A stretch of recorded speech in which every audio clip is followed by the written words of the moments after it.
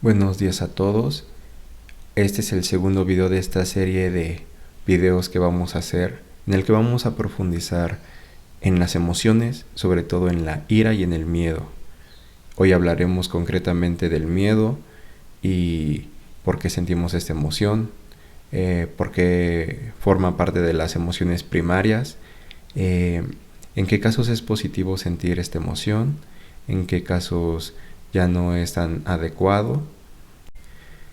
Y cerraremos con una técnica que nos ayudará un poco a controlar alguna fobia o alguna situación, aclarando siempre que esto se debe trabajar con un especialista de la salud mental y esto de ningún modo pretende ser el sustituto de una terapia en forma, ¿vale?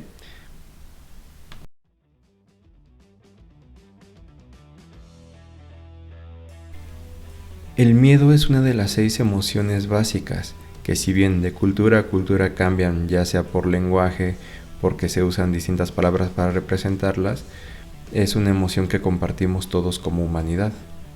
También, como se dijo en el primer video, el miedo es consecuencia de la evolución. Es una emoción que maduró en todo ese tiempo acompañando a la humanidad con el fin de que la humanidad sobreviviera, de que el individuo sobreviva.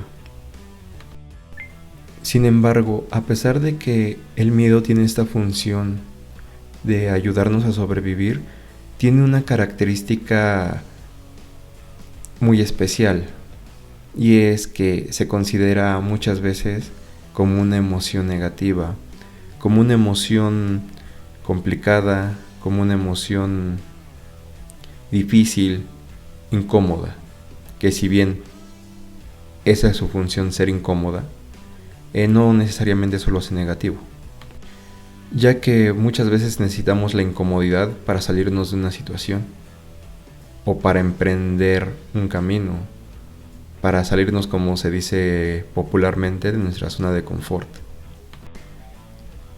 Sin embargo, en una sociedad como la nuestra, en la que se vive bajo un hedonismo o una idea de hedonismo muy, a veces hasta retorcida, en el que todo tiene que ser placer, en el que todo nos tiene que hacer sentir bien, una emoción como esta, que es incómoda, resulta negativa, ya que sentir situaciones de este tipo pues parece no ser como algo que la sociedad pretende alcanzar, el individuo deba de alcanzar. Al contrario, muchas veces se nos pide evitarlo, reprimirlo y estar siempre contentos, siempre alegres y siempre tener una actitud súper positiva de la vida, ¿verdad? Sin embargo, esto es lo más desadaptativo que nos podemos encontrar y nos trae muchos problemas, pero esto es un tema aparte y no quiero desviarme del tema, ¿vale? Entonces, el miedo es necesario y vamos a ver en qué nos puede ayudar. El miedo nos sirve para detectar posibles amenazas, hacer una pausa y evitarlo. Así, esto nos permite huir o hasta luchar contra una situación que podría ser peligrosa.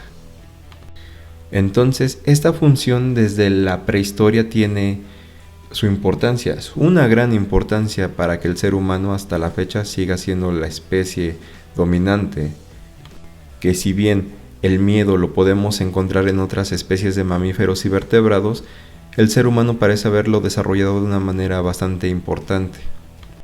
Y con decir desarrollo me refiero a que tenemos algo que nos ayuda a controlarlo de mejor manera, que sería el raciocinio, la forma en que razonamos, esa capacidad propia del ser humano, que, como expliqué en el anterior video muy brevemente, esta parte del lóbulo prefrontal nos ayuda con las tareas ejecutivas y nos ayuda con el raciocinio. Si bien las emociones primero se van a manifestar en el sistema límbico y eso nos va a hacer actuar, siempre cuando esto llega al lóbulo prefrontal, siempre podemos hacer una pausa y siempre podemos modular y razonar un poco lo que estamos sintiendo. Pero bueno, pongamos un ejemplo del miedo en la prehistoria. Imaginen que está un ser humano, va caminando por la pradera y de repente escucha un ruido. Si no sintiera miedo este ser humano, seguiría como si nada por ahí. Entonces no tendría las precauciones de observar a su alrededor qué pasa, de detenerse y ser más cauto, y tal vez eso no le permitiría o huir o esconderse o tomar algún instrumento para poder defenderse de algún depredador, por ejemplo. Entonces, el miedo nos hace ser cautos, nos permite tomar esta pausa de nuestra actividad y poder protegernos de un peligro. Hay que decir que también no solo la amenaza puede ser física. En la actualidad, la amenaza puede ser psicológica, nos puede amenazar en nuestra autoestima o en nuestro autoconcepto. Entonces, es una emoción bastante adaptativa que nos permite estar bien tanto física como psicológicamente. A modo de dato, he de decir que las culturas antiguas ya le daban una importancia muy importante al miedo. Por ejemplo, podemos hablar de la mitología griega, en el que existía el dios del miedo y el pánico, que era Fobos, hijo del dios de la guerra, Ares. De hecho, muchas veces se decía que las guerras las empezaba Ares y Fobos las decidía con el miedo, ya que los soldados que llegaban a tener miedo en el campo de batalla, por lo regular o huían o se daban por vencidos, dejándose vencer por el miedo, y eso permitía que un ejército arrasara con otro.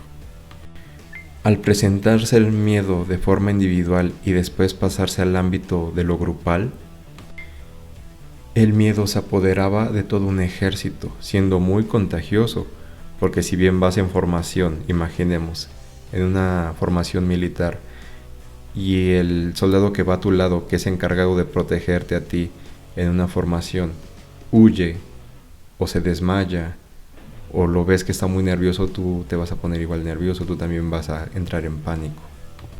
Y el miedo, cuando es muy fuerte, provoca una sensación de aprensión.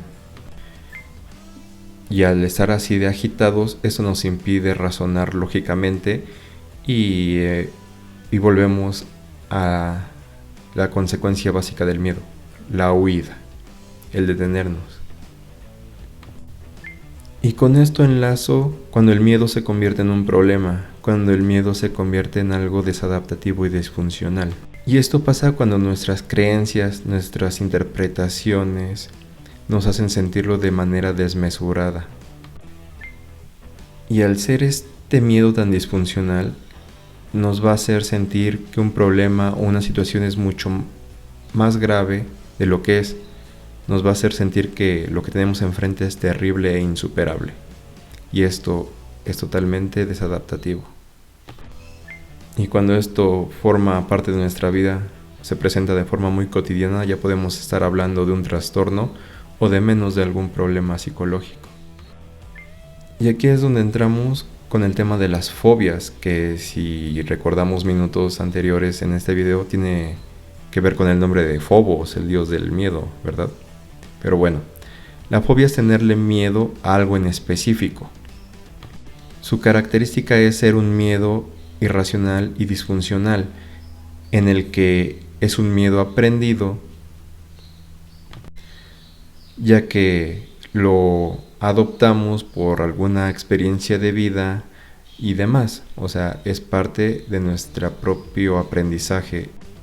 Podemos hablar aquí de la fobia social o de la ansiedad social, que se da cuando un sujeto o una persona tiene un miedo persistente a las situaciones sociales, miedo a la crítica, miedo al rechazo, miedo a pararse frente a un grupo y demás. Por lo tanto, las situaciones sociales pasan a ser una pesadumbre para estas personas, ya que no irán a fiestas, no comerán en público, no se desarrollarán adecuadamente en un ambiente por miedo a una crítica, por miedo a... en fin. Entonces hay que ver por qué esta persona tiene miedo a esas situaciones. Tal vez, y siendo muy simplista, esta persona vivió burlas en público a una edad muy temprana, o vivió una situación muy vergonzosa que la dejó marcada. En fin, puede ser un sinfín de causas. Esto no es unicausal, y es la parte que debemos de trabajar con el psicólogo, con el psiquiatra. También aquí podríamos hablar de otro tipo de fobia, como por ejemplo la aracnofobia, que si bien es un miedo que pudiéramos compartir como humanidad, y aquí entrarían, por ejemplo, ya ideas del inconsciente colectivo, metiéndonos un poco en las teorías de Jung. También habría que ver cuál es la situación que la detona, si una experiencia o a qué se debe.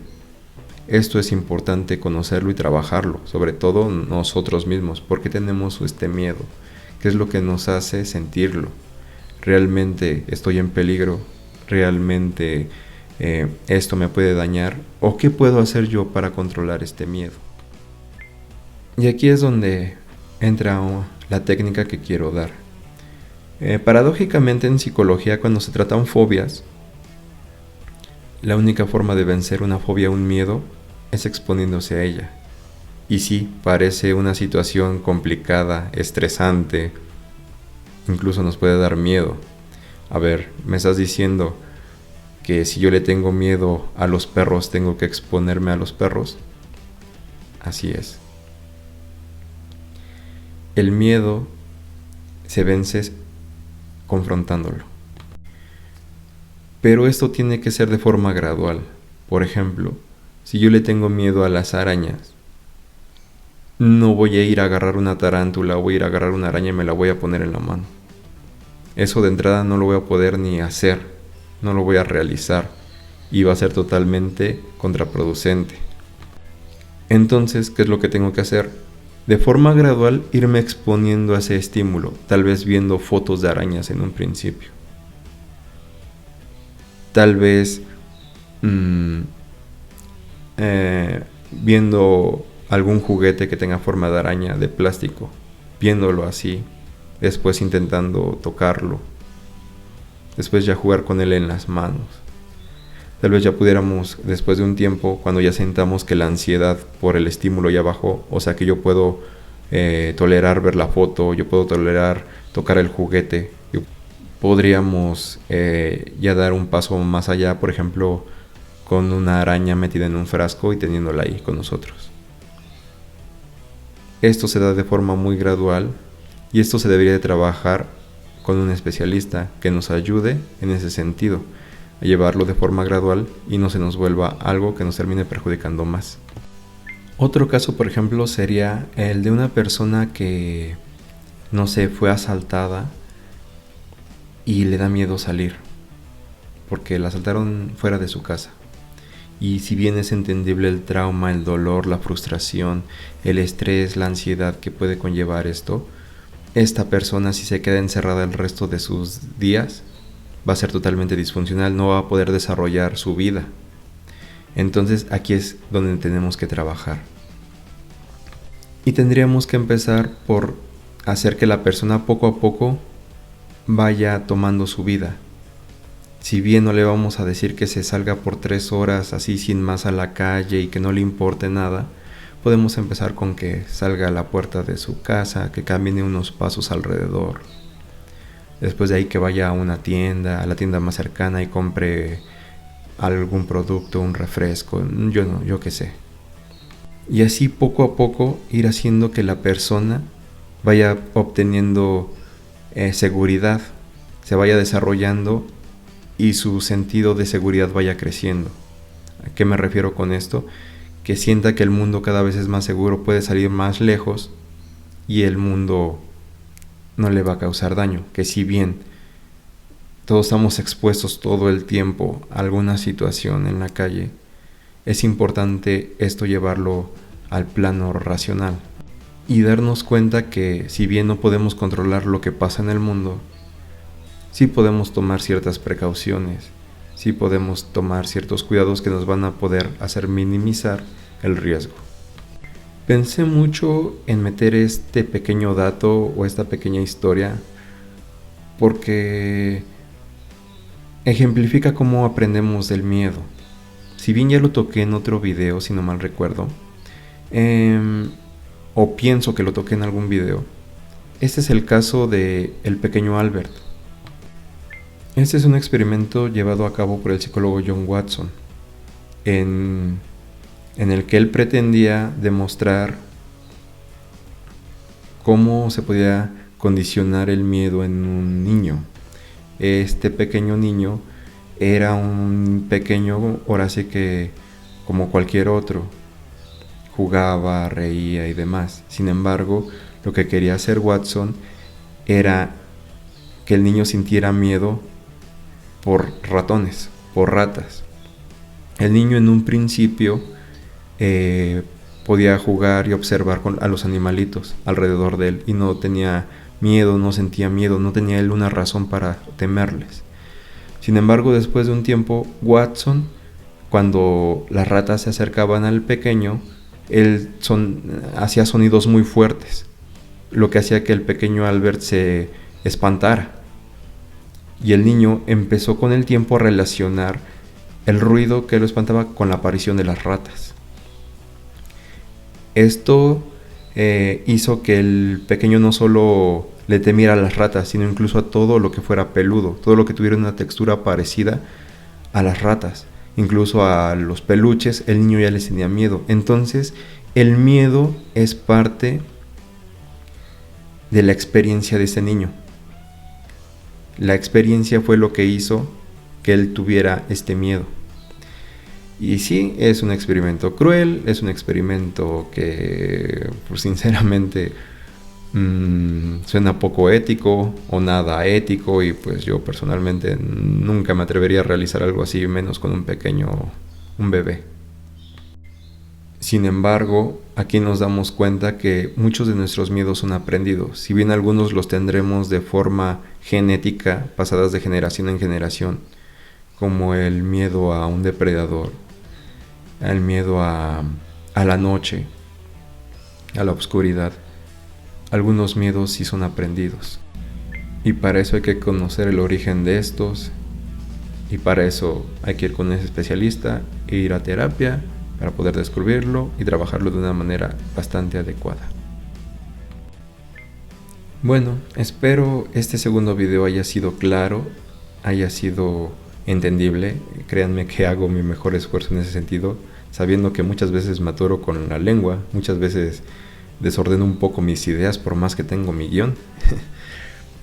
Y espero haber contribuido un poquito en entender esta emoción, el miedo. Para mí era muy importante esta emoción porque generalmente es la que confunde más a la gente, es la que tenemos en una de las peores perspectivas, que creemos que debe ser eliminada, creemos que es de cobardes, y no, es una emoción como todas las demás.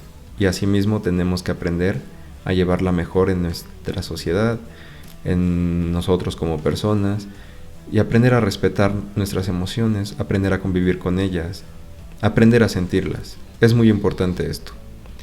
Entonces, sin más, espero que esto haya sido de su agrado y nos vemos en el último video en el que hablaremos de la ira, otra emoción que tiene su controversia y otra emoción que también hay que aprender a regular. Muchas gracias.